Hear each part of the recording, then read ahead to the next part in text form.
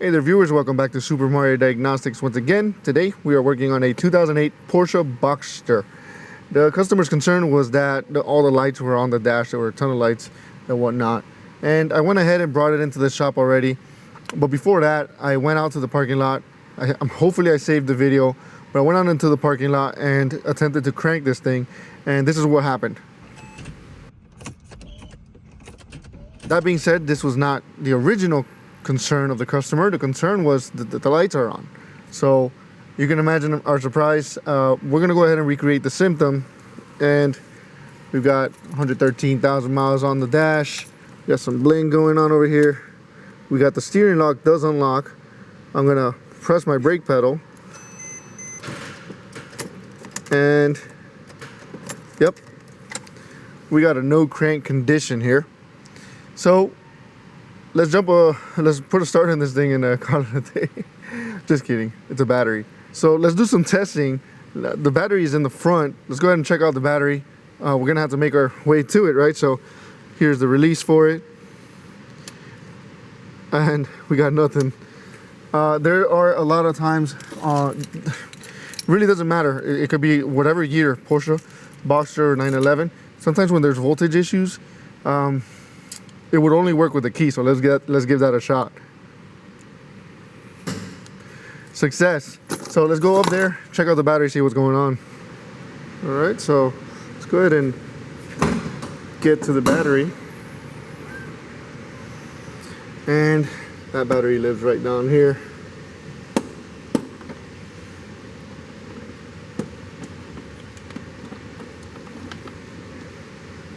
I'm gonna put that away. I'm gonna check my battery connections for tightness. They look pretty clean. Battery doesn't look too old. Let's go ahead and grab a jump box, get a voltage read out of this thing, and see if turning on the jump box helps at all.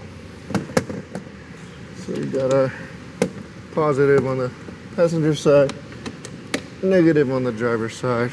We got 12.3 volts. I don't think the jump box will make a difference, but we're gonna try it anyway. And this thing will not crank without pressing the brake pedal, so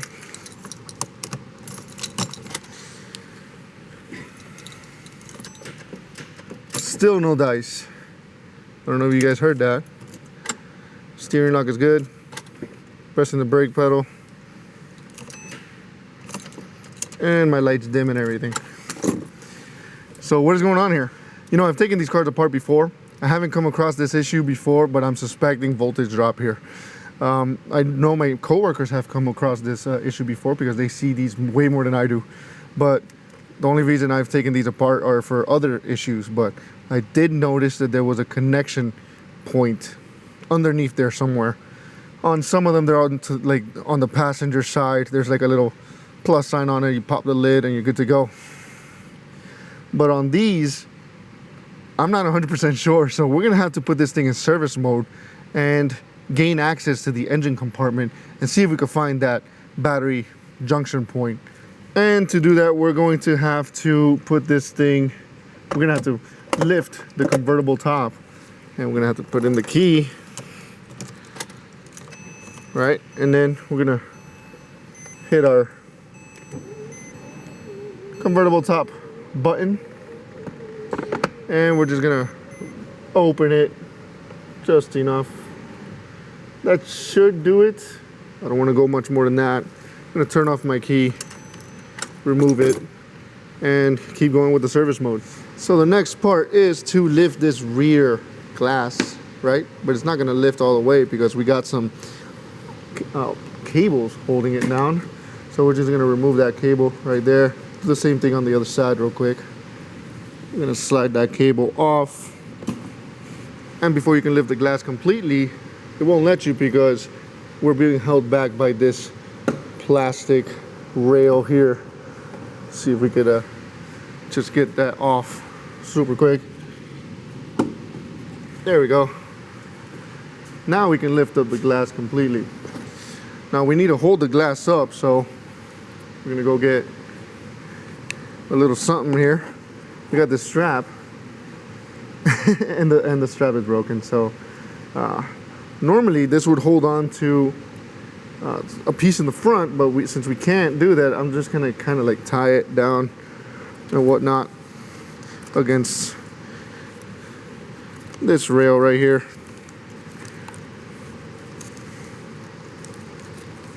And hopefully it'll stay put. I'm not gonna tie it down completely. I'm just gonna kind of like wedge it in there to prevent it from coming down completely, hopefully. That seems to be doing the trick. Now, normally we would be putting that strap all the way up to over here, and that would be what would hold it down. Next up, we're gonna wanna move this plastic flap, or whatever you wanna call it, up like this, right? We could kind of hold this up even better. Hopefully it's not loosening up on me. If it is, I will have to tie it. But for now, that seems to be getting the job done. We're gonna remove the subwoofer actually. Before we can actually remove this mat down here, we're gonna have to remove the subwoofer first. And to remove the subwoofer, we have two detents here. Got another one on the other side. Might as well loosen them all up at the same time, to be honest. It'll save you the trouble.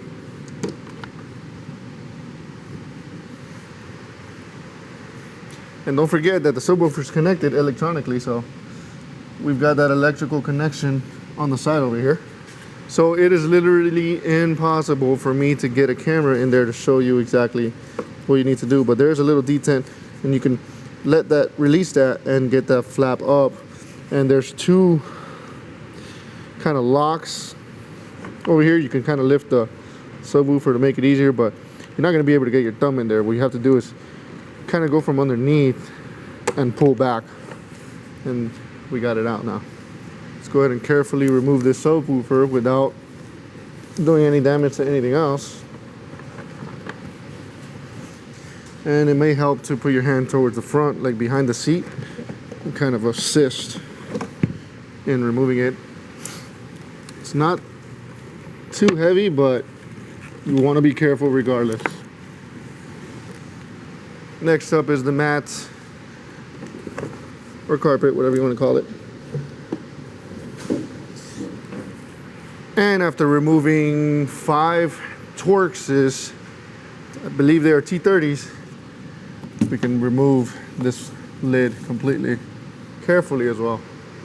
And that jump point, after a bit of inspection, I found it. It is right there. Take a flat pocket screwdriver, flat blade pocket screwdriver with you, and kind of just stick that sucker right in there from the top. And we've removed our lid from our jump point. So I'm going to grab my positive clamp from my jump box. And it's not going to be a perfect connection. I'm actually going to have to find a way to connect this thing. There we go. We're in. Let's go ahead and connect our ground. So I have found a spot here to connect our ground. And there's a very specific reason why I want to do that. Right? I want to connect it to the body. I'm not going to give the answer yet, but I'm sure you guys will think this one through and follow along. Now, I'm not going to turn on the jump box yet. I'm going to recreate the symptom, then try it again with the jump box turned on. So we have our jump box connected. We see 11.4 volts. It's connected, but it's not on, as you can see, right? So we're going to go ahead and try to crank this thing again. No dice. Now, if my suspicions are correct, it will start once I do turn it on. So I've turned it on. We've got 12.4 volts. And let's go ahead and try to crank it again. Whoa. Let's try that again. That sounded weird. Hopefully we don't have multiple issues here, but all right, no multiple issues. Our engine is running. So what have I found and what have I ruled out by that one test? The jump pack test, I'm gonna call that. The channel's first ever jump pack test. So before I give you the answer, The battery is connected, the engine's all the way in the back. The battery is all the way in the front. The battery is connected to the engine, to the starter, by a long cable that runs through the body apparently. Well, not through the body, but like throughout the vehicle, all the way to the back, right to that jump point that we went to.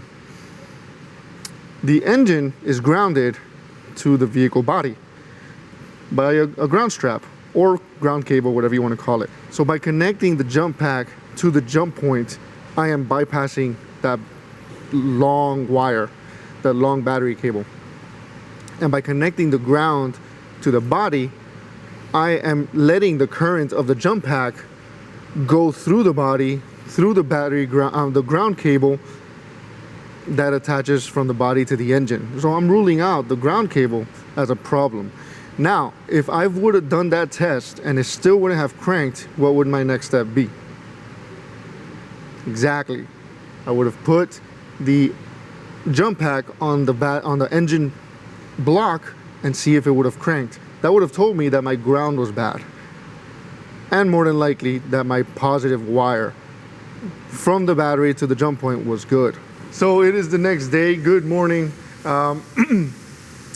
Yesterday we went ahead and did the voltage drop testing to this Porsche, and we found out that the power side has a problem. Now it could be anywhere from the battery all the way to the junction connection, and upon a little bit of digging found out that there is a power distribution center in between the battery and that junction connection, that joint connector. And not only that, there's also this going on over here. We've got a very short cable. Let's see if you guys can see this as well. We've got a short cable that goes to the firewall, and that could very well be an issue there. So I must do my due diligence and disconnect that and put a jump box there to see if it'll start. Because if I don't, then I'm pretty much doing myself a disservice, and the customer obviously, and this could be our problem all along. So we're gonna go ahead and remove that connector right there. It has a red tab on it. I'm starting to really dislike red tabs, but it has a red tab. You gotta slide down and then we gotta pull that sucker out. So let's go ahead and do that. Put a jump box on wherever we can from there, from the firewall down, and rule out any issues in the long wire that runs all the way through the car. Because the last thing we need is to replace that entire wire when our problem is this short wire up here. So let's go ahead and do that real quick. So I got my jump pack ready, and I think I found the problem. Check out the rust on that thing. Now we're gonna do what we said we were gonna do and put a jump pack to it anyway. And we're gonna turn on our little boost pack here, and we're gonna bypass it so that it gives it power. We've got power, and we're gonna go ahead and try to crank this thing over one more time.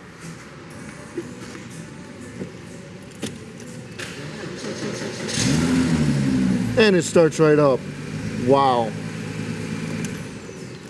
Can you imagine me changing out that cable, right?